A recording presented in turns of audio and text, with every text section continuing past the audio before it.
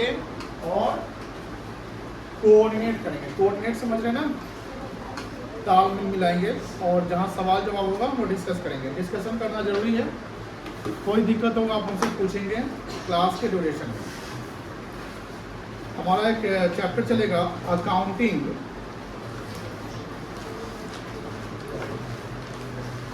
Terminology.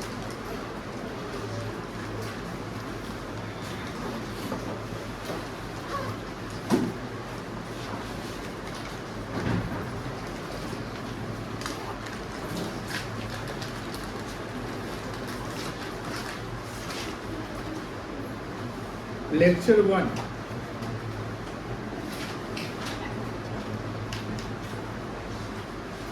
Date कितना है 27।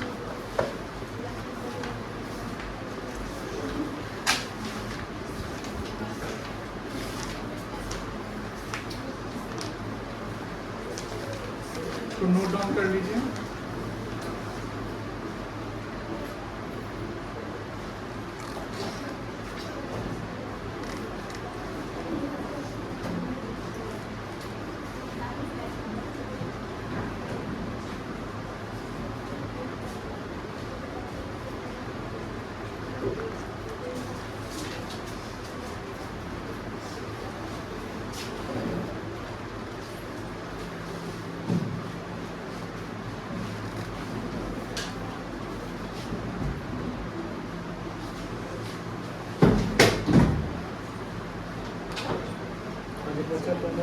Interest नहीं आया ना,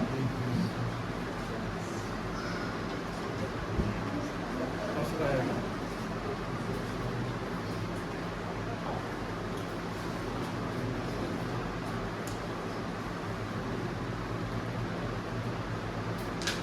ये अकाउंटिंग टर्म्स या टर्मिनोलॉजी क्या होता है वो पहले हम लोग समझेंगे।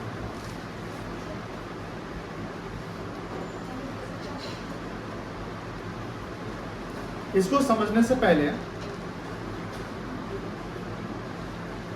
यहाँ पर जो नए बच्चे हैं, जैसे आप लोगों ने कॉमर्स लिया है, क्या लिया है, कॉमर्स लिया है। कॉमर्स में 5 पेपर है अपार्ट फ्रॉम मैथ। वो 5 पेपर क्या क्या है, आपका एक पेपर है अकाउंटेंसी, ये सब लोग जानते होंगे बेटा। दूसरा पेपर है आपका बिजनेस स्टडीज, ये नहीं लिखेगा, समझ लीजिए, बातें नहीं करेंगे। तीसरा पेपर है आपका इकोनॉमिक्स। चौथा पेपर है आपका इंग्लिश और एक है आपका पेंटिंग, इसको हम फाइन आर्ट कहते हैं। अब यहाँ पर समझिएगा, जो बीएसटी हो गया, इकोनॉमिक्स हो गया, इंग्लिश हो गया और फाइन आर्ट्स हो गया, ये आपका थ्योरी पेपर है। ये आपका पेपर कौन सा है, थ्योरी पेपर है। जो मेन पेपर है अकाउंटेंसी, ये आपका एक कहीं ना कहीं न्यूमेरिकल पेपर है जिसपे फोकस आपको करते हैं अकाउंटेंसी। और अभी का क्लास जो हमारा है वो अकाउंटेंसी का ही है। किसका है, अकाउंटेंसी। अब यहाँ जैसे बात करते हैं, जैसे इंग्लिश होता है ना, इंग्लिश, तो इंग्लिश को हम क्या मानते हैं, English is a language. English क्या है, लैंग्वेज, जहाँ पर हम किसी का मतलब निकालते हैं, ये ना होता है। उसी प्रकार हर जो पेपर होते हैं या हर सब्जेक्ट के कुछ लैंग्वेज और मीनिंग होते हैं।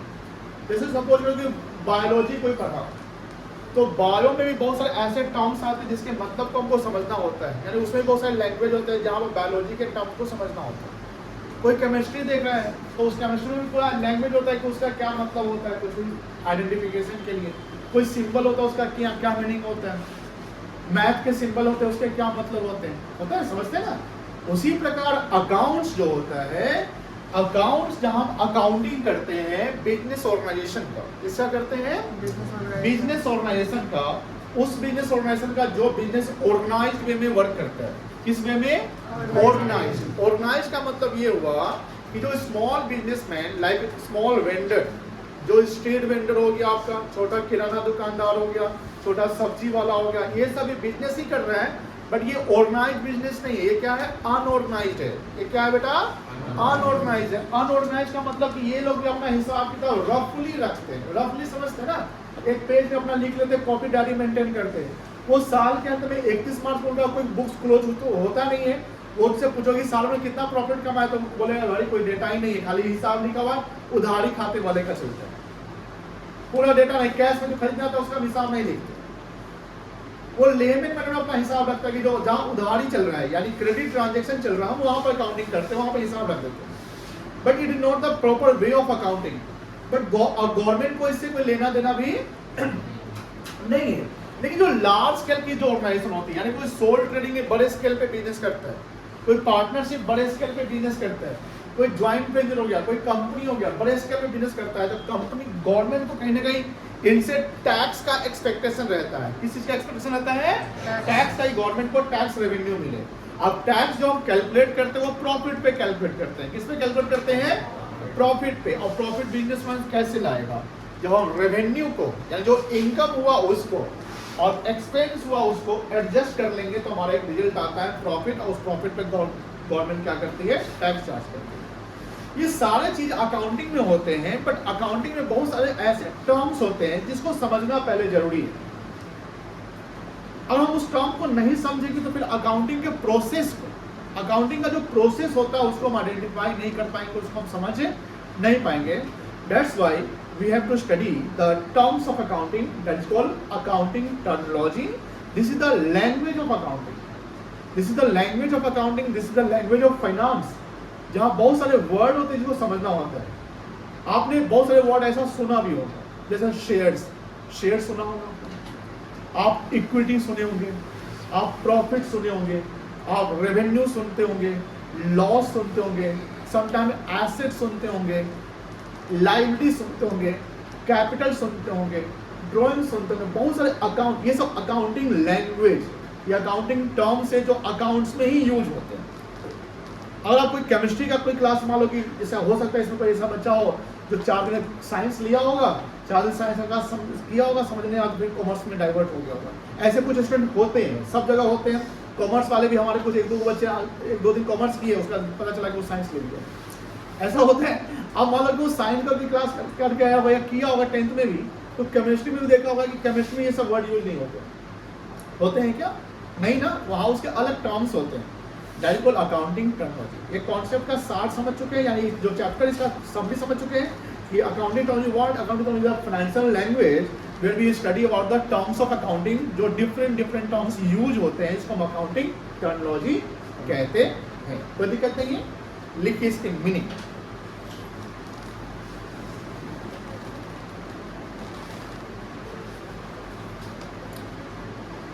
Accounting terminology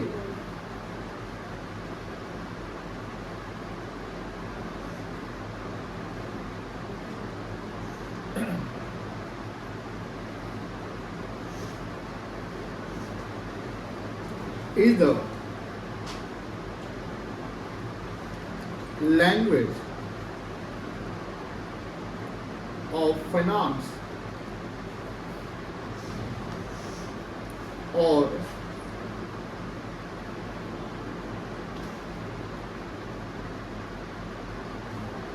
accounting where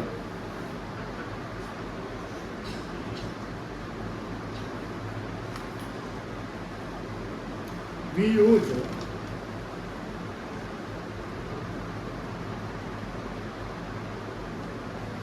different terms of accounting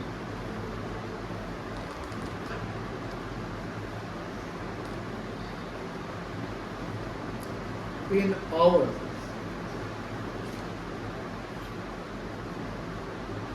day-to-day of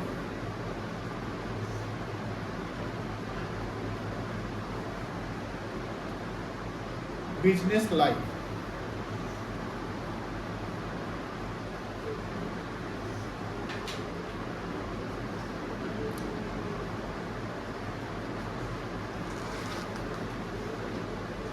Accounting terms like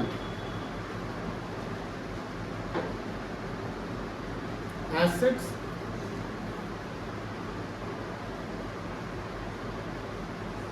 equity,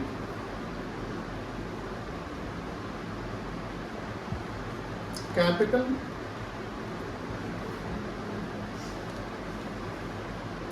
liabilities,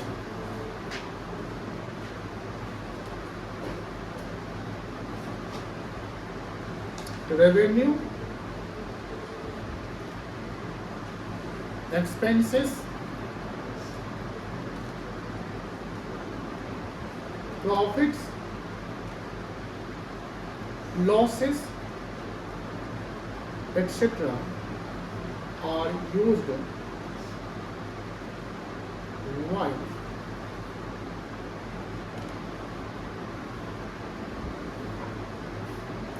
doing accounting of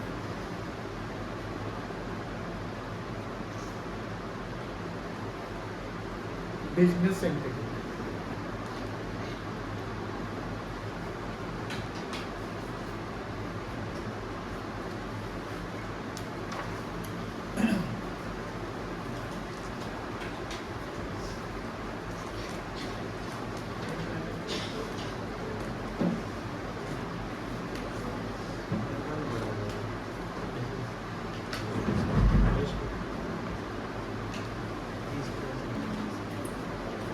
लिख लिए सब लोग?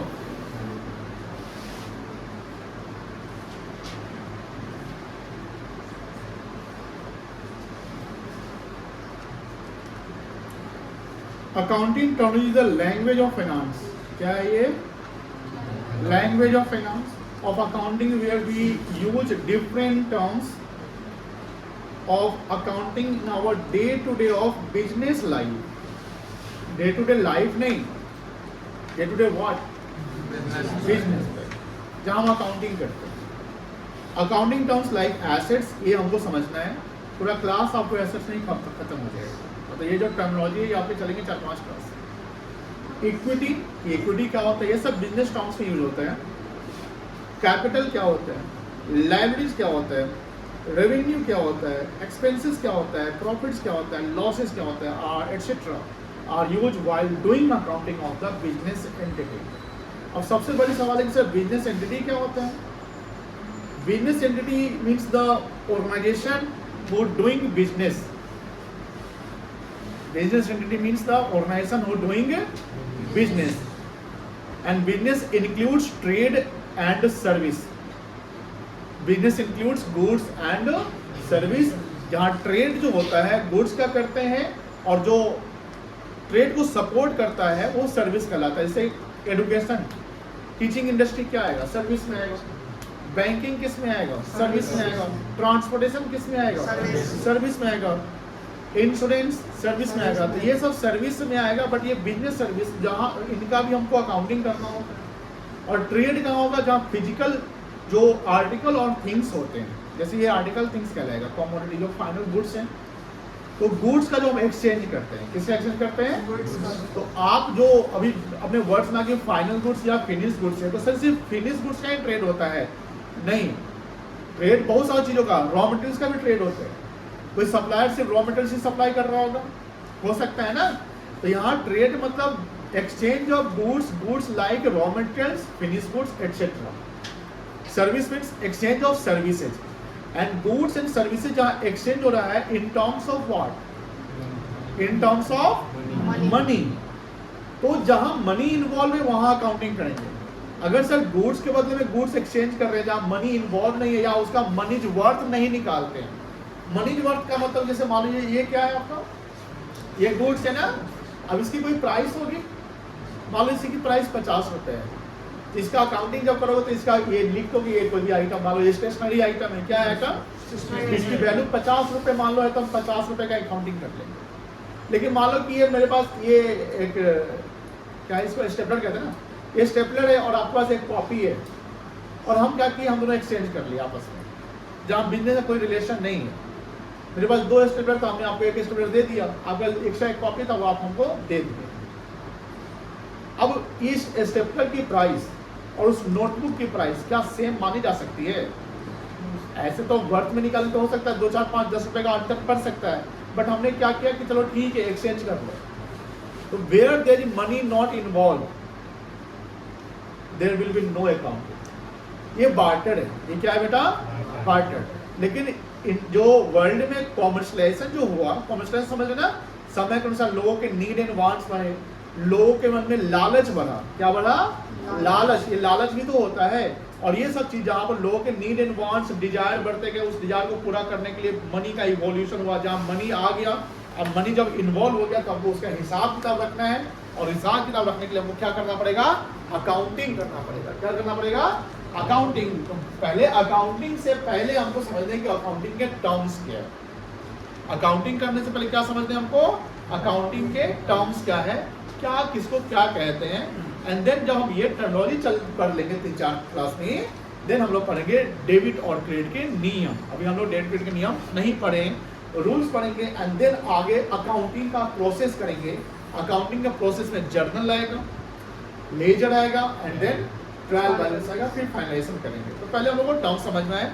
इस टर्मिनोलॉजी में कोई डेबिट क्रेडिट का कॉन्सेप्ट नहीं आने वाला है, सिर्फ हमको मीनिंग समझना है। क्या समझना है बेटा? मीनिंग समझना है। ठीक है, तो मीनिंग में सबसे पहले हम लोग पढ़ते हैं एसेट्स के बारे में।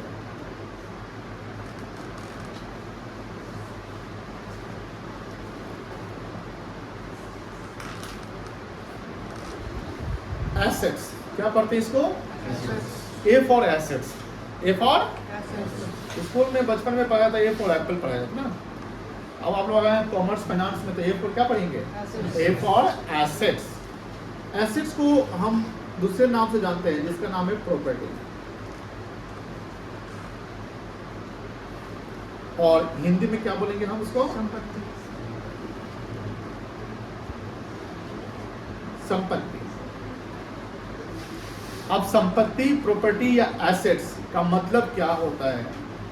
जहां एक बिजनेस एंटिटी का, जहां पर बिजनेस एंटिटी का अपना ओनरशिप होता है।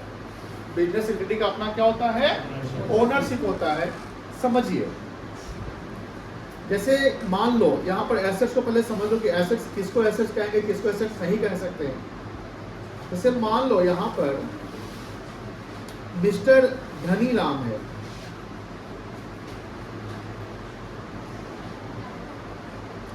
जिसके पास अपना इसका एक अपना बिल्डिंग है। अपना बिल्डिंग मतलब कि ओन बिल्डिंग, जहां पे वो घर में वो अपने रहता है, इसको हम रेसिडेंस कह सकते हैं। क्या कह सकते हैं? या रेसिडेंशियल हाउस है।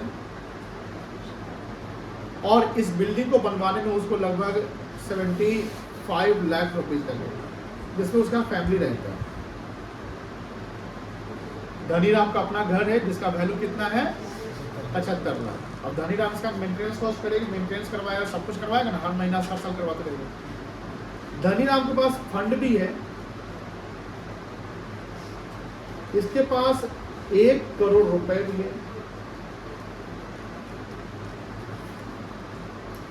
इस 1 करोड़ को धनीराम क्या करता है? समझिएगा कॉन्सेप्ट्स को, कहां पर एसेट्स यूज किया जाएगा। धनीराम इससे अपना बिजनेस शुरू करता है। बातें नहीं करेंगे, वो अपना बिजनेस शुरू करेगा। क्या शुरू करेगा? बिजनेस करता है। मान लो बिजनेस का नाम लिखता है, मान लो ज्वेलरी का शॉप खोलता है, धनीराम ज्वेलर्स। ठीक है, 1 करोड़ में खुल जाएगा ना, और क्रेडिट पे ले लेंगे। अब धनीराम ज्वेलर्स जो है वो अपना बिजनेस खोला। यही बिजनेस जो है, ये बिजनेस का नाम क्या हो गया बेटा? बिजनेस का नाम क्या होगा? धनीराम ज्वेलर्स। अब धनीराम ज्वेलर्स जो बिजनेस का नाम है, it is called business entity. ये एंटिटी हो गया। अब सारा ट्रांजेक्शन, अब जैसे मान लो कि इसको बैंक अकाउंट खोलना है, तो अपना बैंक अकाउंट किसके नाम से खोलेगा? धनीराम के नाम से कि बिजनेस के नाम से खोलेगा? बिजनेस के नाम से। कोई भी परचेज अगर धनीराम ज्वेलर्स जाएगा करने, ट्रेडर से मान लो गोल्ड ज्वेलरी कुछ भी खरीदने हैं, वो किस नाम से खरीदेगा? धनीराम के नाम से कि धनीराम ज्वेलर्स के नाम से? धनीराम ज्वेलर्स के नाम से। कोई भी एक्सपेंस करेगा धनीराम ज्वेलर्स के नाम से बिल बनेगा। हर चीज जो धनीराम ज्वेलर्स के नाम से बिल बनेगा। मान लो कि ये अपने घर का पेंटिंग करवा रहा है, अपने घर का ओन बिल्डिंग का पेंटिंग करवा रहा है, उसमें इसका 25,000 खर्च हो गया। बताओ धनीराम ज्वेलर्स में इसका कोई इम्पैक्ट पड़ेगा?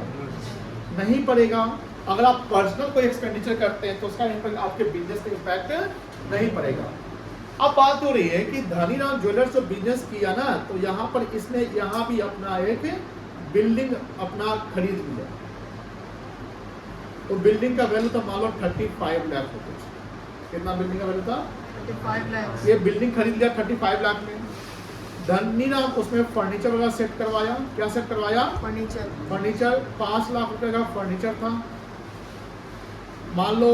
और जो ज्वेलरी खरीदा उसको हम स्टॉक बोलेंगे, क्योंकि जो ज्वेलर्स ज्वेलरी बेचने का काम करेगा तो वो ज्वेलर्स के लिए जो ज्वेलरी है वो गुड्स कहलाएगा। क्या कहलाएगा? गुड्स। अब गुड्स जब तक बिके नहीं उसको हम स्टॉक कहते हैं। क्या कहते हैं? स्टॉक। मान लो कि 40 लाख का स्टॉक है। धनीराम ज्वेलर्स एक बैंक अकाउंट खुलवाता है। बैंक अकाउंट समझ रहे ना? बैंक में बैलेंस से मान लो कि 10 लाख का बैलेंस है। कितना पड़ गया? 35, 5, 40, 80, 10, 90 लाख हो ना गया। और मान लो कि धनीराम कुछ मशीन वगैरह खरीदता है। मशीन में जैसे एसी वगैरह लगवा लिया, हो सकता है ऐसा। मशीनरी खरीदा, मशीन मान लो कि वो खरीदा 8 लाख रुपए का। कितने का? कितना पड़ गया टोटल? आप बाइफर्केशन समझिएगा। आप कॉमर्स लिए हो, कॉमर्स में आप अकाउंट्स पढ़ रहे हो, अकाउंट्स मतलब फाइनेंस पढ़ रहे हो, तो आपको बिजनेसमैन के पर्पस से यानी बिजनेसमैन बनना है। वो हिसाब किताब आपके मन में रहना चाहिए। आप हिसाब किताब सीखने आते हो, ये समझना, ये भी ध्यान रखना कि आप अपने पढ़ाई में क्वालिटी इंप्रूव करना, क्वांटिटी पे फोकस मत करना कि 4 क्वेश्चन नहीं आज 7 क्वेश्चन बना लेंगे, वो तो 4 बना के लाया नहीं। मान लो आप 7 के चक्कर में 7 एग्जाम्पल देके छाप दिए। कोई ऐसे बच्चे भी आते हैं, कुछ चैट जीपीटी कर लेते हैं, गूगल कर लेते हैं, सीधे क्वेश्चन लेते हैं, ऐसे स्कैन कर लेते हैं, ऐसा आता है सर बना लिए। वो ये क्योंकि सर बोलेंगे वेरी गुड, सुनने को उसको अच्छा लगेगा, तो वो सब काम नहीं करना है। इससे आपका क्वांटिटी इंप्रूव होगा, क्वालिटी में कोई इंप्रूव नहीं आएगी। और जब क्वालिटी ही नहीं है तो फिर कर क्या? नंबर्स पे नहीं जाना है, किस पे जाना है? क्वालिटी पे, अपने स्किल को डेवलप करना है। तो यहाँ पर ये सब प्रॉपर फोकस करना है। ये पैसा आ कहाँ से रहा है? खरीद रहा होगा, बता सकते हैं? पैसा कहीं से आया है ना। धनीराम ने कितना बिजनेस से पैसा लगा लिया? 1 करोड़ लगाया। कितना लगाया? 1 करोड़ लगाया। ठीक है, पैसा बिजनेस को आ गया 1 करोड़। तो बिजनेस के नाम से, किसके नाम से है? बिजनेस के नाम से वो पैसा 1 करोड़ जाया। उस पैसे को आप कहीं कहीं लगाएंगे ना, पूरा पैसा एक जगह नहीं ना लगा सकते। हमने क्या किया? एक बिल्डिंग खरीद लिया, 35 लाख रुपए का बिल्डिंग खरीद लिया। हमने फर्नीचर खरीदा, फर्नीचर समझते हो क्या? वो 5 लाख का उसको लग गया। स्टॉक में से गुड्स खरीदा, ज्वेलरी, उसमें 40 लाख रुपए का हमारे पास स्टॉक है। बैंक में बैलेंस हमने 10 लाख रखा है और मशीनरी हमने खरीदा 8 लाख का। टोटल कितना पड़ रहा है? अभी भी 2 लाख बचा हुआ है ना। उसको मान लेते कि गल्ला में जो कैश पड़ा हुआ है, अभी 2 लाख रुपया मेरे पास बच गया, cash in hand 2 lakh.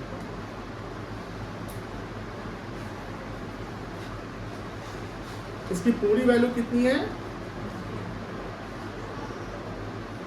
1 crore. कितनी है बेटा? 1 करोड़। और मान लेते हैं ये धनीराम ने पैसा जो 1 करोड़ लगाया बिजनेस में, ये किसका? मालिक का पैसा लगाया हुआ है ना। इसको बोलेंगे क्या? पूंजी। क्या बोलेंगे बेटा? अब मान लो कि पूंजी में इसका कितना लग गया? 1 करोड़। समझो, लिखो मत, समझो। ये सारा जो है धनीराम का है, धनीराम के बिजनेस का है। और धनीराम जो बिजनेस खोला है इसमें सिर्फ और सिर्फ मालिक कौन है? धनीराम। तो इस बिजनेस के नेचर को बोलेंगे प्रोप्राइटरशिप। क्या बोलेंगे? Proprietorship business means the business where one single owner exist. कितना मालिक होगा? 1। इसको सोल ट्रेडिंग भी कहते हैं। क्या कहते हैं? सोल मतलब सिंगल, सोल मतलब यानी एक जहां मालिक ओन डिसीजन लेता है, सिंगल हैंडेड बिजनेस करता है, उसको हम सिंगल सोल ट्रेडिंग कहते हैं। जहां पर उसने अपने बिजनेस का नाम रख दिया धनीराम ज्वेलर्स, उसने बिजनेस में बहुत सारी चीजें खरीदे। ये बताओ अगर हमको ये किसका मतलब कि ये इस पे किसका फाइनेंशियल राइट्स है? धनीराम का। क्या इसको धनीराम कैश में कन्वर्ट कर सकता है? Yes sir. क्या ये बेच सकता है? Yes sir. बिल्डिंग बेच सकता है? Yes sir. फर्नीचर बेच सकता है? Yes sir. जला सकता है? आग लगा देगा? तोड़ ताड़ देगा? Yes, sir. कुछ भी कर सकता है? कुछ भी कर सकता है? कोई बोलने आएगा? Yes, sir. नहीं बोलेगा। Yes, sir. एसेट्स वही होता है जो आपका है, एसेट्स वही होता है जो आपका है। लेकिन मान लो कि अभी हमको 5 लाख रुपए की जरूरत पड़े, 5 लाख की अभी हमको जरूरत है, मान लो कि हमको सामान खरीदना है, हमको 5 लाख चाहिए, तो मेरे पास कैश कितना है? 2 लाख 3 लाख रुपए और चाहिए ना। Yes, sir. आप बताओ, सेंट्स लगाना, कुछ का पहला क्लास है, कुछ का रिपीटेड 5वां क्लास है, सेंट्स लगाना कि 3 लाख रुपए हमको निकालना है। आपका ही दुकान है, मान लीजिए आप 1 करोड़ का मालिक है, अपने आपको इमेजिन करने में क्या जाता है, पॉकेट में 10 रुपया हो चाहे नहीं हो, बैंक 3 लाख रुपया कहाँ से लाओगे? बैंक अकाउंट से निकालेंगे। हाँ? बैंक से। बैंक से लाओगे। अच्छा, अब मेरे बात को आप काट सकते हैं, तर्क वितर्क करना समझते हैं ना। हम बोलेंगे, आपको फंसाने की कोशिश करेंगे, आप फंसते कि नहीं फंसते वो देखना है। हम ये स्टॉक इसको बेचने को बेच देते हैं, आज मान लो कि तुमको पैसा चाहिए, इसको बेचने जाएंगे, बेच देंगे, ऐसा हो सकता है? डिपेंड करता है डिमांड पे। इजीली अवेलेबल तो नहीं ना, हम सब बेचने जाएंगे, कस्टमर मिलेगा तब ना बिकेगा। लेकिन बैंक बोलेगा कि भैया हम बैंक के पास गए कि पैसा लाने, तो बैंक क्या बोलेगा, आपका पैसा है ले लीजिए ना, क्या दिक्कत है, बोलिए हाँ या ना। इजीली हमको आज चाहिए 5 लाख रुपए, हम कहाँ जाएंगे, हम अपना गल्ला चेक करेंगे। कहाँ चेक करेंगे? गल्ला। गल्ला में कितना रुपया? 2 लाख है, 3 लाख चाहिए, चले वो चेक काट दे 3 लाख, बैंक में बैलेंस है अभी, बिल्डिंग बेच दिया जाए, No, sir. बिल्डिंग में 3 लाख उठा लेते हैं, नहीं।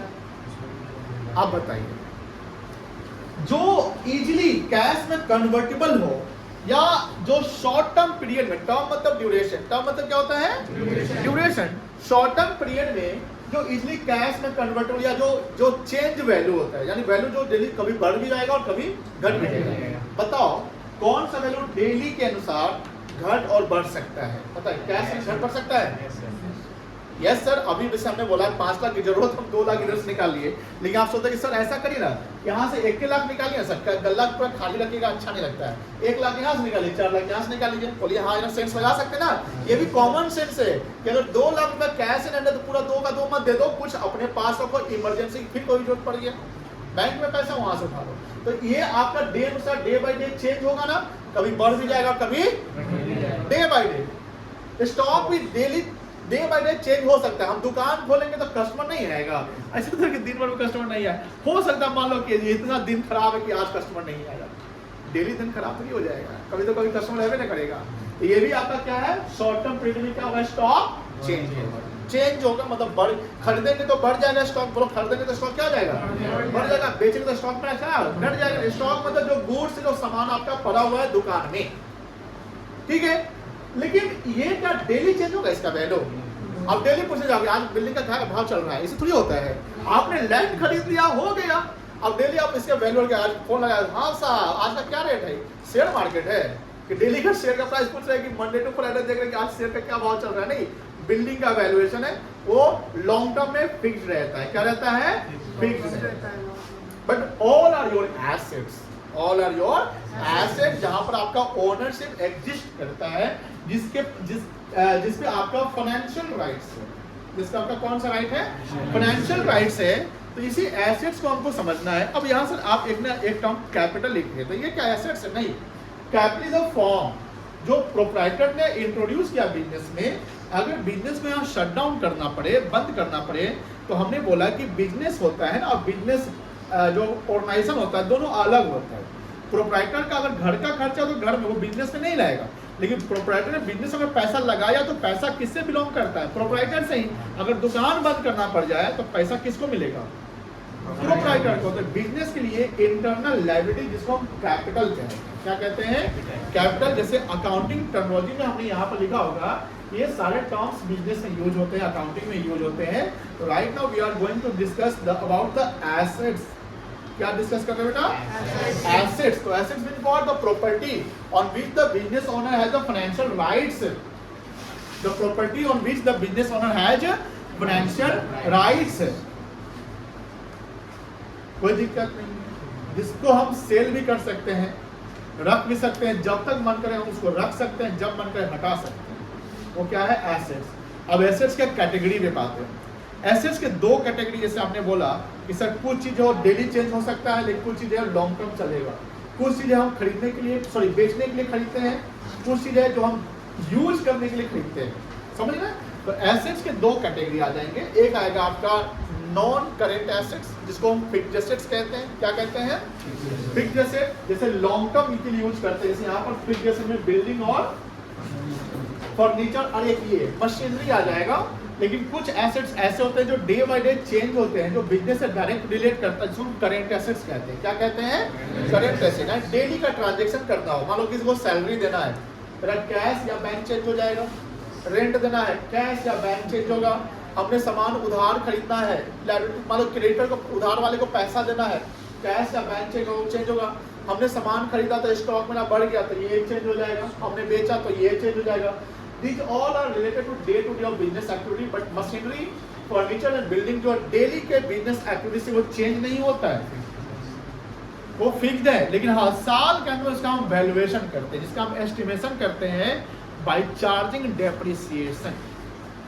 डेप्रिसिएशन बिकॉज सर मशीन जो आपने खरीदा 8 लाख का, हमेशा ये 8 लाख का ही रहेगा। हमने मशीन आज खरीदा 8 लाख का, मशीन में car, AC, fan, fridge, washing machine सब आ जाएगा। वैसे बिजनेस में वॉशिंग मशीन का यूज नहीं होना है, बट कार तो आ जाएगा ना, कार आ सकता है और आपका बाइक आ सकता है, ऑन स्टॉक आप दे रखे हैं, एसी आ जाएगा, फैन आ जाएगा। These all are the machineries, these all are what? Machineries. कोई दिक्कत नहीं है।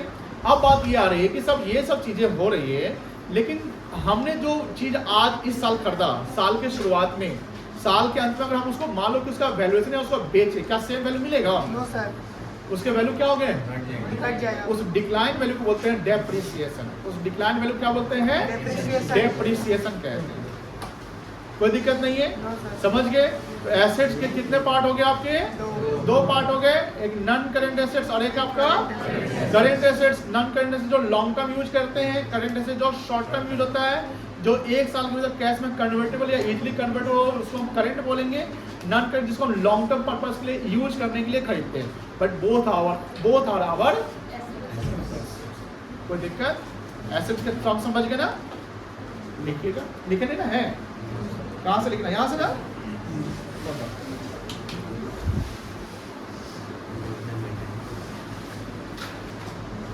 चले आगे।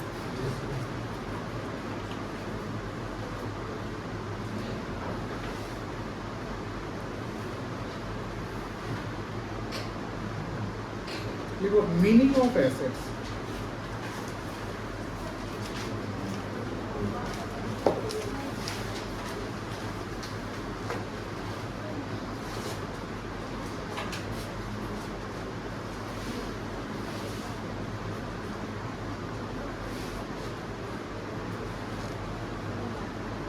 Assets means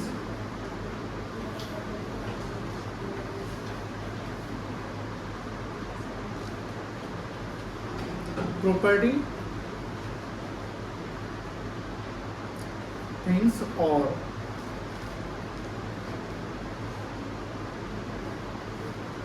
commodity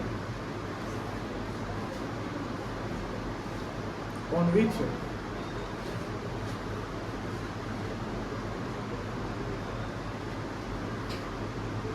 financial rights of a business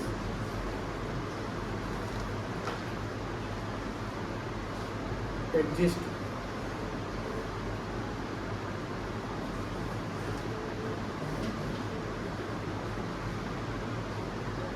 There is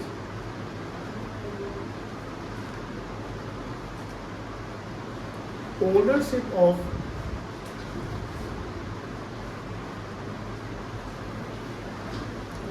business where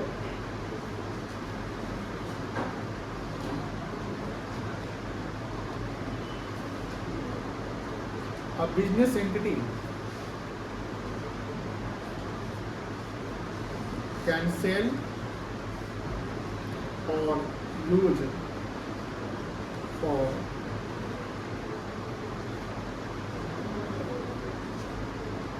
future purpose.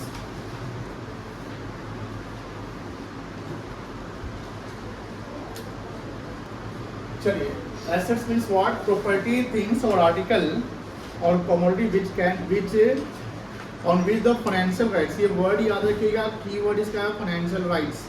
क्या कीवर्ड याद रखिएगा? Financial rights of a business exist. There is a ownership of business where a business entity can sell or use for future purpose. अब हम लोग लिखेंगे types of assets, इसके grouping करेंगे, इसके लिए फ्लो चार्ट बनाया जाएगा। Assets,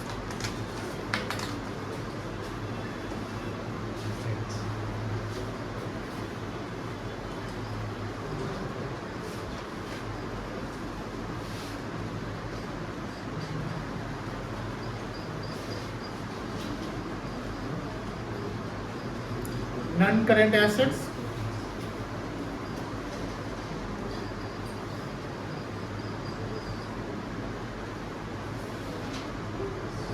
current assets.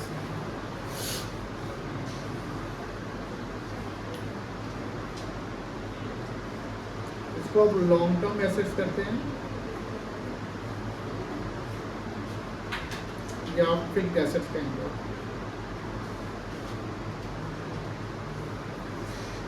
ये आपका शॉर्ट टर्म एसेट्स है।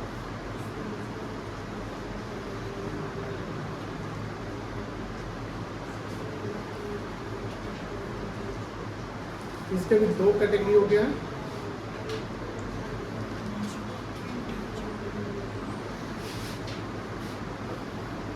एक कहलाएगा tangible fixed assets,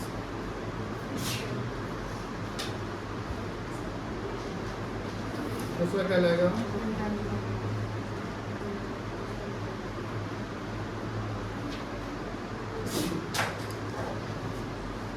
intangible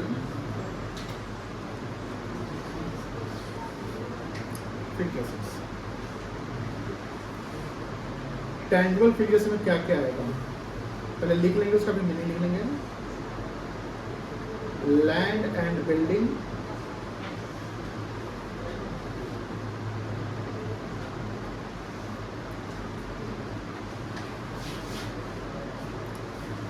plant and machinery,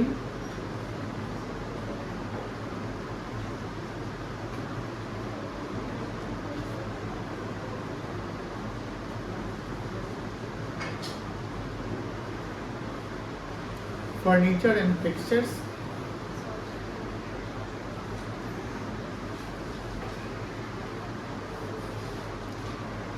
car, bike,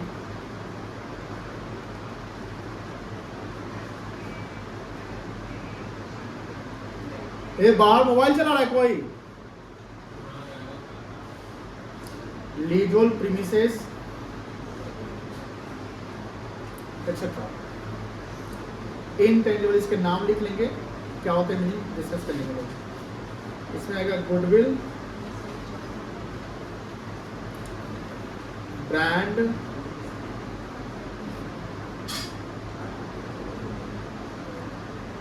know how,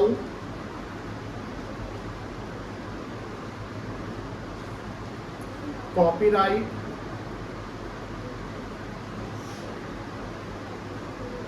trademark, franchisee, logo, software, AI,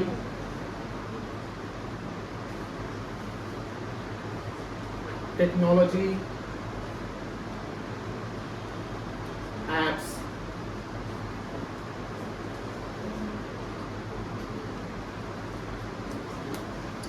short term assets या करेंट एसेट्स, इसमें आएगा आपका स्टॉक्स, जिसको हम इन्वेंट्री भी कहते हैं,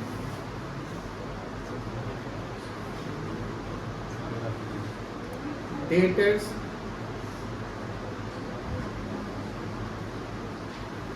bills receivable,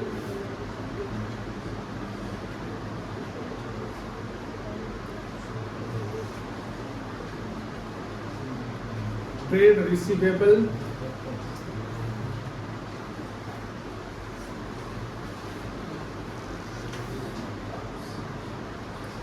short term investment,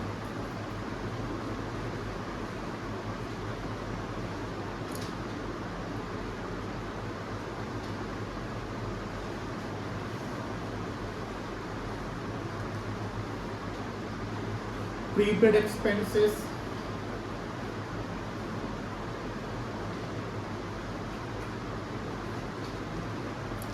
income accrued,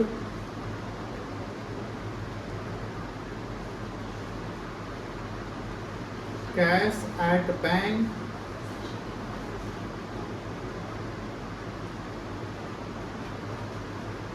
cash in hand,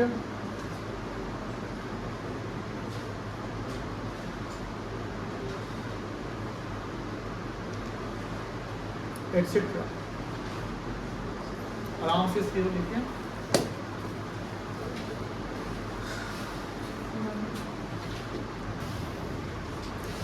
assets तो समझ चुके हैं आप लोग। अब एसेट्स का क्लासिफिकेशन कितने पार्ट में किया गया है?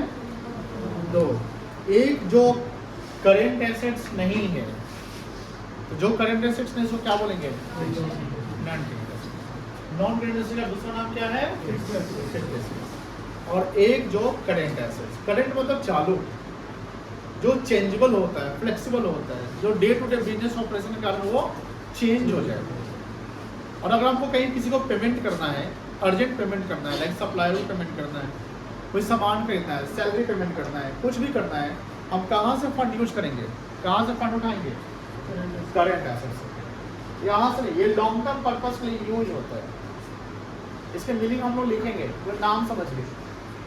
ये जानना जरूरी है, जो अकाउंटिंग प्रणाली चल रहा है इसमें आप एसेट्स को समझ रहे हैं, काफी इंपॉर्टेंट है।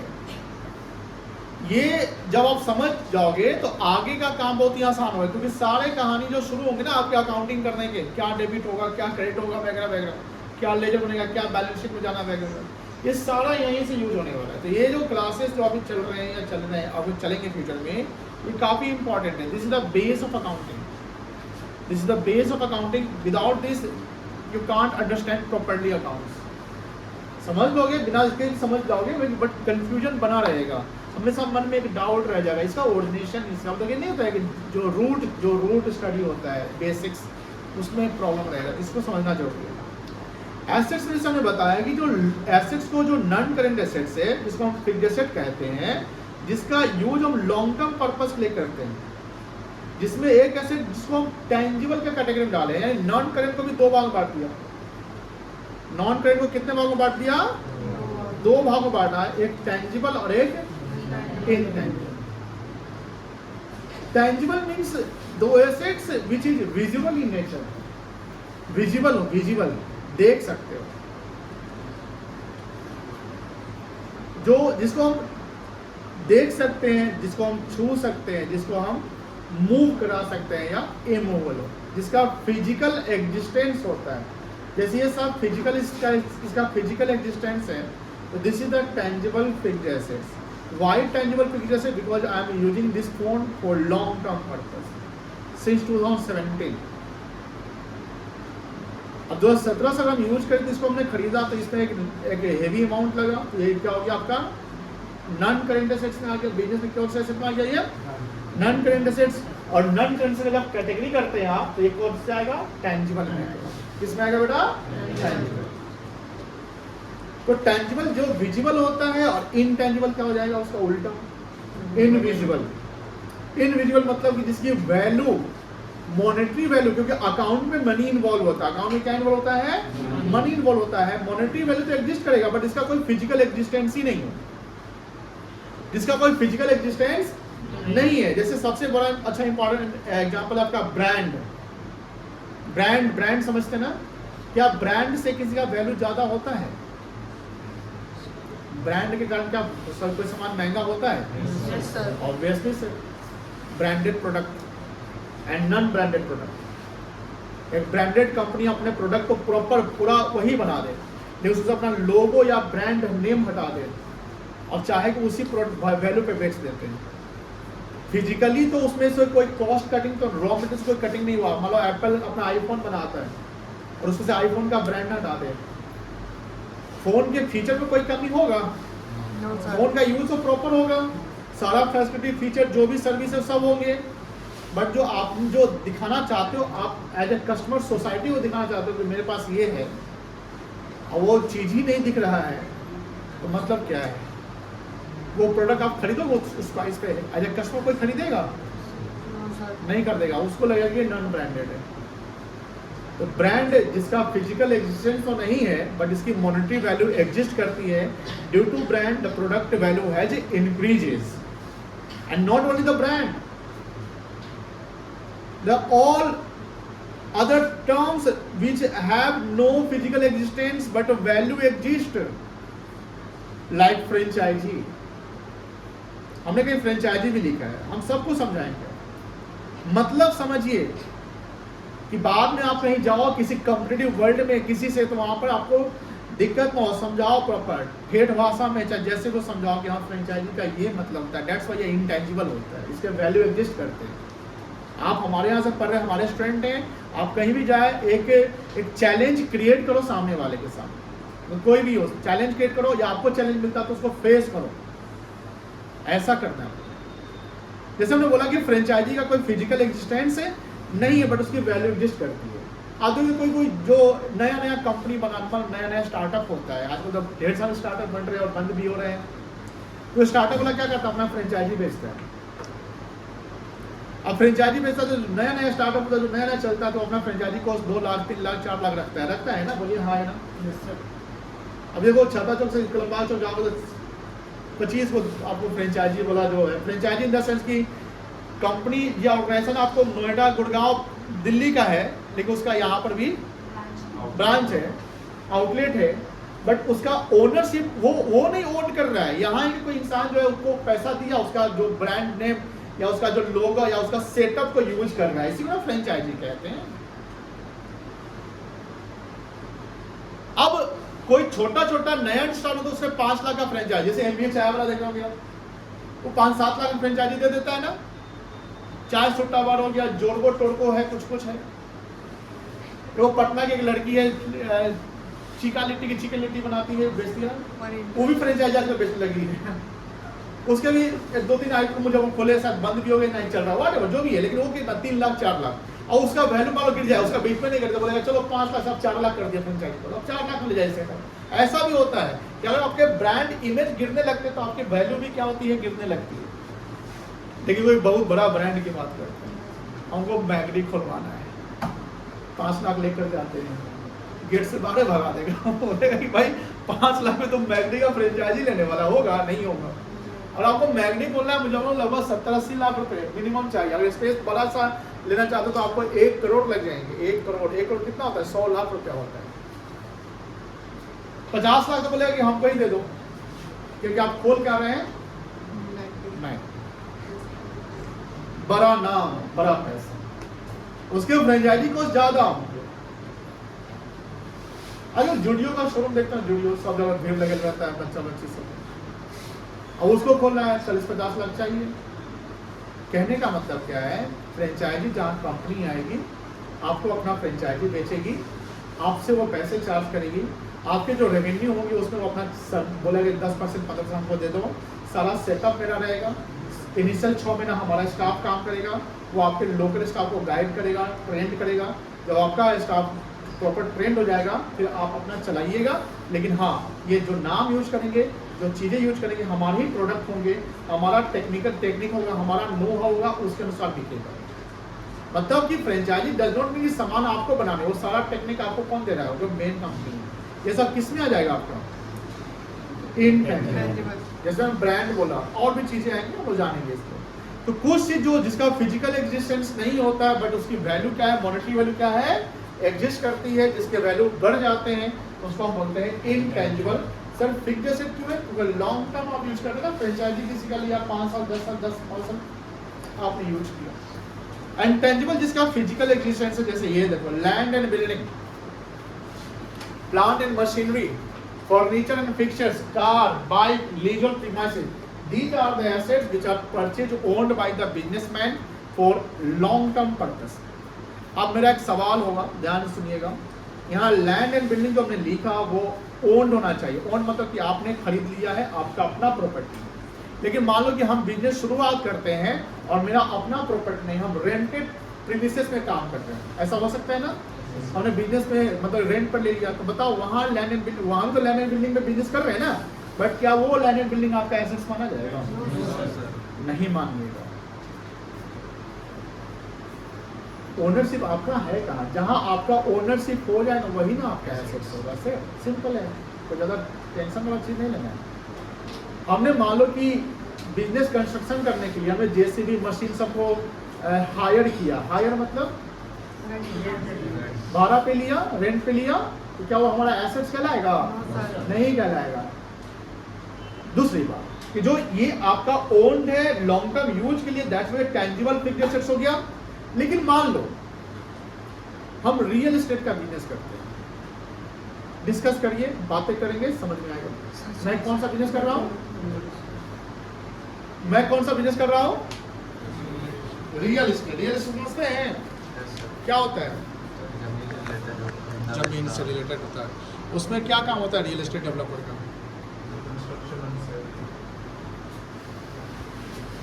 Construct, buy, construct and sell, यही ना होता है। बाय करो, एक्वायर, एक्वायर मतलब खरीदो, निर्माण करो, एंड देन क्या वो हमारा लॉन्ग टर्म पर्पस के लिए खरीदा यह चीज है? नो सर, वो हमारा बिजनेस से रिलेटेड है, हमारा बिजनेस ही वो है। तो मान लो कि हमने 100 फ्लैट बना रखा है, 100 फ्लैट बना रखा है, वो 100 फ्लैट का वैल्यू होगा ना। मान लो 100 फ्लैट का वैल्यू है, मान लो कितना, मान लो कि 50 करोड़ है। कितना करोड़ है? 50 करोड़ है। मुझे बताओ वो 50 करोड़ की जो वैल्यू है वो तो अभी हमारे पास है, हमने बनाया तो हमारा ही ना है, वो मेरा एसेट्स तो कहलाएगा ही। एसेट्स है क्योंकि मेरा है, हम बेचेंगे तो पैसा मिलेगा। बट क्या ये फिक्स्ड एसेट कहलाएगा? क्या ये फिक्स्ड एसेट कहलाएगा? फिक्स्ड एसेट तभी कहलाएगा जब वो लॉन्ग टर्म पर्पस के आपके यूज के लिए होगा।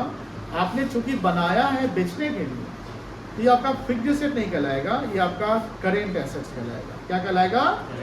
Current asset. और करेंट एसेट में आपका ये स्टॉक कहलाएगा। Stock means the goods, commodity, article और things which are available for sale. Stock means the goods, commodity, article और things which are available for sale. And जो चीज हमने बेचने के लिए रखा है वो मेरे लिए स्टॉक कहलाएगा। फिक्स्ड एसेट्स नहीं, एसेट्स कहलाएगा वो एसेट्स कहलाएगा, बट फिक्स नहीं कहलाएगा। क्या कहलाएगा? करेंट एसेट्स कहलाएगा। क्या कहलाएगा बेटा? कोई दिक्कत नहीं। मान लीजिए वो जो मैं रियल एस्टेट का बिजनेस करता हूँ, मेरे पास 100 फ्लैट है, लेकिन 2 फ्लैट हमने बिजनेस पर्पस के लिए रखा है जिसमें हम अपना ऑफिस चलाते हैं। 2 फ्लैट है आउट ऑफ 100 फ्लैट। सोच रहे हैं ना, सुन रहे हैं ना आप लोग? 100 फ्लैट मेरा स्टॉक था, लेकिन हम बेचने के लिए 98 रख लिया। 2 फ्लैट को हम नहीं बेचेंगे, 2 फ्लैट को हमने रखा ऑफिस पर्पस के लिए। बात समझ में आ गई? बताओ वो 2 फ्लैट का वैल्यू मान लो 1 करोड़ है, क्या वो फिक्स्ड एसेट कहलाएगा कि करेंट एसेट कहलाएगा? वो फिक्स्ड एसेट कहलाएगा, बिकॉज वो लॉन्ग टर्म पर्पस के यूज के लिए आपने रखा है। तो डिफरेंशिएट कर लिया आपको। दूसरा कॉन्सेप्ट समझिए। मान लीजिए कि मेरा कार का शोरूम है। किस चीज का शोरूम है? कार का शोरूम। उसमें मान लो कि 500 कारें हैं बेचने के लिए। मेरा अपना हमने खरीदा बेचने के लिए, वो 500 कार का एसेट्स कहलाएगा? अच्छा, एसेट्स कहलाएगा। मैं एसेट्स, मेरे वर्ड पे आप लोग ध्यान नहीं देते हैं बेटा, तो बात है एसेट्स कहलाएगा। तो हाँ सर, एसेट्स क्यों नहीं कहलाएगा सर? तो मेरा कार है, हम बेचेंगे ना, मेरा है ना, हम बेचेंगे तो एसेट्स कहलाएगा। हाँ सर। क्या कहलाएगा? Yes sir. अब मेरा सवाल है, क्या वो फिक्स्ड एसेट कहलाएगा? आप बोले नो सर। सवाल का जवाब पूरा सोच समझ कर देना है, फट से मत देना है, गलती हो जाए। मेरी बात समझ आ रही ना? ये बहुत लोग हम कभी देखते हैं ना, टेस्ट में भी ऐसा ऐसा करता है, आता है बस सबसे पहले हमको सबमिट करना है, सबसे पहले देना है, और उसमें गलती हो जाती है। नहीं, जिस प्रकार कोई भी चीज का एक रिदम होता है ना, इसका भी रिदम। सवाल पूरा सुन लो, समझ लो, टेंशन हो जाए तो परफेक्टनेस आएगा। क्या आएगा? चलिए, तो एसेट्स तो कहलाएगा, बट वो फिक्स्ड एसेट्स नहीं कहलाएगा। तो क्या कहलाएगा भैया? अब करेंट एसेट में क्या कहलाएगा? करेंट इतने सारे चीजें हैं, कौन से क्या कहलाएगा? अब मान लो कि उसमें से एक बड़ा शानदार सा काम प्रोप्राइटर बोलता है चलो इसको अब हम लोग डेली यूज में रखेंगे, इसी से क्लाइंट प्लेस पे जाएंगे, सप्लायर जहाँ जाएंगे, या इसी को इसको बेचना नहीं है अपने पास रहेगा। बताइए वो क्या कहलाएगा? वो एसेट्स कहलाएगा? Yes sir. Fixed price current कहलाएगा। Fixed assets. क्या आप डिफरेंशिएट समझ रहे हैं? फिक्स्ड और करंट को समझ रहे हैं? Yes, sir. मेरा लैपटॉप का शोरूम है, किसी का शोरूम है? लैपटॉप का शोरूम है। हमने 500 लैपटॉप रखा है बेचने के लिए, 500 लैपटॉप रखा है, बेचने के लिए। एसेट्स कहलाएगा? Yes, sir. Yes. Current asset कहलाएगा? Yes, sir. यस। करंट तो कहलाएगा करेगा सर, आपने बेचने के लिए रखा है तो करंट हो गया। करंट में क्या कहलाएगा आपका? Stock. अब 4 लैपटॉप हम निकलवा लेते हैं, हमारे 4 अकाउंटेंट के लिए स्टाफ जिस पर वो डेटा एंट्री करेगा, हिसाब रखेगा, उसको तो बेचेंगे नहीं, क्या कहलाएगा? Fixed assets. समझ में आ गया? तो ये सारा एसेट्स आपने यूज के लिए रखा है तो वो फिक्स्ड है। सर लैंड एंड बिल्डिंग हमेशा फिक्स रहेगा? No no, that depends on its uses. हमने बोला कि रियल एस्टेट वाले के लिए लैंड एंड बिल्डिंग जो खरीद कर बेच रहा है तो फिक्स नहीं है, वो क्या है? करेंट है। हमेशा आप बोलोगे सर लैंड एंड बिल्डिंग क्या है, तो नो, डिपेंड करता है उसके यूसेज, आपका बिजनेस का क्या पर्पस है, बिजनेस का नेचर क्या है। एमआरएफ टायर बना रही है, टाटा मोटर्स कार बना रही है, ट्रक बना रहे हैं, तो टाटा मोटर्स के लिए टायर, ये जो कार और ट्रक है क्या वो फिक्स्ड एसेट्स है? No sir. No, sir. Correct लेकिन assets, टाटा sir. मोटर का जो एमडी है वो जिस कार से चल रहा है वो है Fixed assets. कपड़े के शोरूम में जितने कपड़े हैं current assets. Current assets. Car के शोरूम में जो कार है तो Correct. कार शोरूम को लेकर उसका बिजनेस क्या है? कार को सेल करना, उसका नेचर क्या है? कार बेचना। तो कार जो बेचना वो किसलिए क्या है? स्टॉक है, करेंट एसेट्स। समझ में आ गई? कोई दिक्कत नहीं है। अब कार के शोरूम में मान लो बड़ा सा ट्रक है, जैसे वो कार को मतलब कि क्या करता है, मूव करता है, मतलब कि कार के शोरूम वाला का 4 ब्रांचेस है, हो सकता है ऐसा ना, 4 शोरूम डिप 4 जिला में है। अब 4 जिला में वो एक जगह मंगवाता है, मान लो चेन्नई से मंगवाया, जमशेदपुर से, एक जगह मंगवाता है और उसका इंटरनल डिलीवरी अपना वो अपने गाड़ी से करवाता है, ट्रक से। तो वो ट्रक क्या है? फिक्स ही करेंगे, ट्रक हो गया। कोई दिक्कत नहीं है, समझ गए ना? ये देखो अब इसका थोड़ा सा हम लोग मीनिंग लिख लेंगे। ओह जब समय तो निकल चुका है, तो एसेट्स का मीनिंग तो लिख लिया ना, नॉन करेंट एसेट करेंट का मीनिंग लिख लो।